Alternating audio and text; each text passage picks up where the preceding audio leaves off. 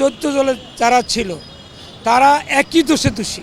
যারা ভালো এবং গণতন্ত্রে বিশ্বাস করে এবং জনমানুষের কল্যাণে কাজ করতে চায় তাদের সেই সুযোগ থাকা উচিত।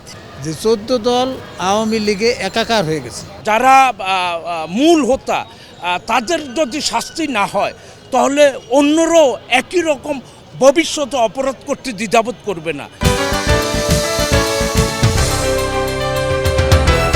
যেখান থেকে দেখছেন বাংলা ভিশনের নিয়মিত আয়োজন জনমতে, আপনাদের সাথে আছি আমি শুভ খান। সমসাময়িক বিষয়গুলো তুলে ধরতে চেষ্টা করি এই অনুষ্ঠানের মাধ্যমে আপনাদের সামনে। আজকের বিষয়, ক্ষমা চেয়ে রাজনীতিতে ফিরতে চাচ্ছে 14 দলীয় জোট। কিভাবে দেখছে সাধারণ মানুষ, চলুন জেনে আসি। 14 দলে যারা ছিল তারা একই দোষে দোষী, কারণ আওয়ামী লীগ যে কাজগুলো করছে তারা সেটা সমর্থন করছে, কেউ কোনোদিন কোনো প্রতিবাদ করেনি। এবং 14 দলের সাথে যারা ছিল তারা আরও বেশি করছে, কারণ ফেসিবাদীর যে নেতৃত্ব দিচ্ছে শেখ হাসিনা, তাকে খুশি করার জন্য তারা বেশি বেশি চামচামি করত, তোয়াজ করত, যে কারণে শেখ হাসিনা আরও বেশি আকাম কুকাম করছে। 14 দল আওয়ামী লীগে একাকার হয়ে গেছে, এনে পার্থক্যের কোনো সুযোগ আমি দেখছি না। আওয়ামী লীগ মানে 14 দল মানে আওয়ামী লীগ। এই 5ই আগস্টের আগে এই যে সেনাবাহিনী মাঠে নামানো, আন্দোলনকে মেসাকার করা ইত্যাদি বিষয়ে শেখ হাসিনার সাথে 14 দলীয় নেতাদের বৈঠক হয়েছিল।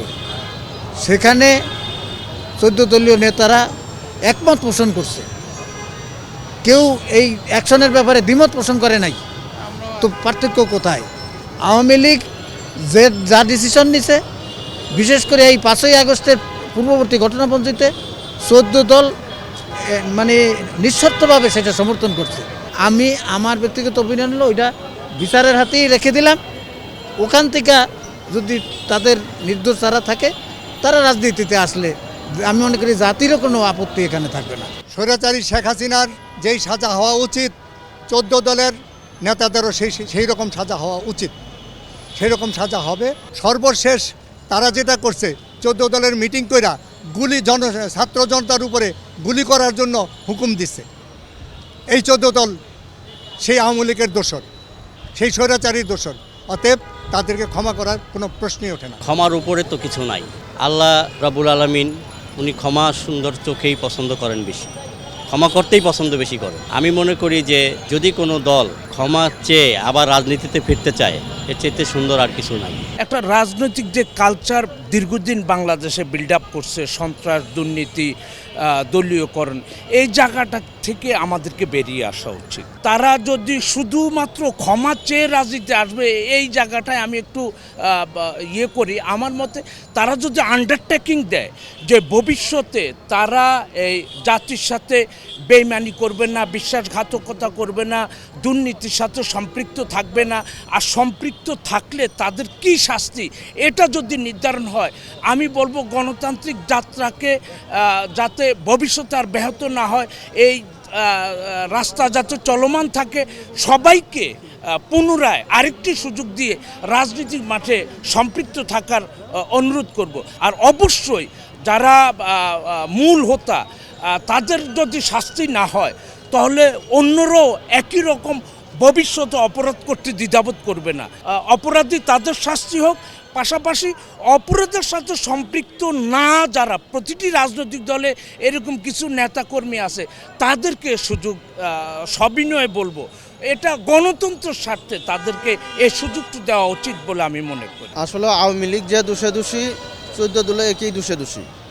বরং কিছু কিছু ক্ষেত্রে আওয়ামী লীগের চাইতেও 14 দলের যে ভূমিকা আমরা দেখছি, তাতে খুবই ন্যাক্কারজনক কিছু কিছু ঘটনা আমরা দেখছি।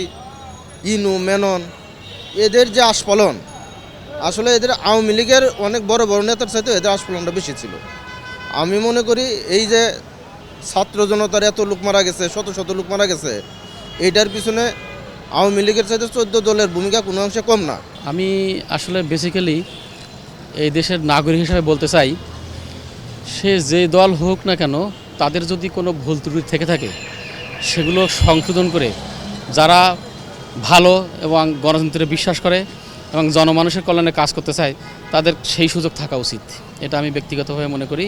এবং আমি মনে করি জাতির প্রত্যাশাও সেটাই। 14 দলের যারা আওয়ামী লীগ ঘেঁষা লোকজন আছে, আইনি যেই প্রক্রিয়াগুলি আছে আগে সেই প্রক্রিয়াগুলি শেষ করতে হবে, তারপরে তারা নির্বাচনে আসবে। একজনও যদি ভুল করে দলের সবাই তো আর ভুল করে না, যে ভুল করে তার শাস্তি হওয়া উচিত। আর যারা ভুল করে নাই তাদেরকে ক্ষমা যেমন চাইছেই, তাদেরকে পুনরায় আইনা সুন্দর একটা দল গঠন করা উচিত, যে দেশে মারামারি হানাহানি যাতে না হয়, দেশের মানুষ শান্তি থাকে, সবাই ভালো থাকে। এটা আমি একজন দেশের সাধারণ নাগরিক হিসাবে আমি এটা দেশের শান্তি চাই। দেশের প্রচলিত নিয়ম ও আইন অনুযায়ী তাদের যে বিধি ব্যবস্থা আছে সে অনুযায়ী যদি সরকার মনে করে বা কোর্ট মনে করে যে তারা ক্ষমার যোগ্য, তাহলে ক্ষমা করে দেশের জনগণ মেনে নেবে, আমিও তাদের সাথে আছি। 14 দলীয় জোটের ক্ষমা চেয়ে রাজনীতিতে ফিরে আসার বিষয়টি সাধারণ জনগণের কাছে ছিল মিশ্র প্রতিক্রিয়া। দর্শক, এই ছিল আমাদের আজকের আয়োজন। দেখা হবে আগামী পর্বে নতুন কোনো বিষয় নিয়ে। সে পর্যন্ত ভালো থাকবেন, সুস্থ থাকবেন, বাংলা ভিশনের সাথেই থাকবেন।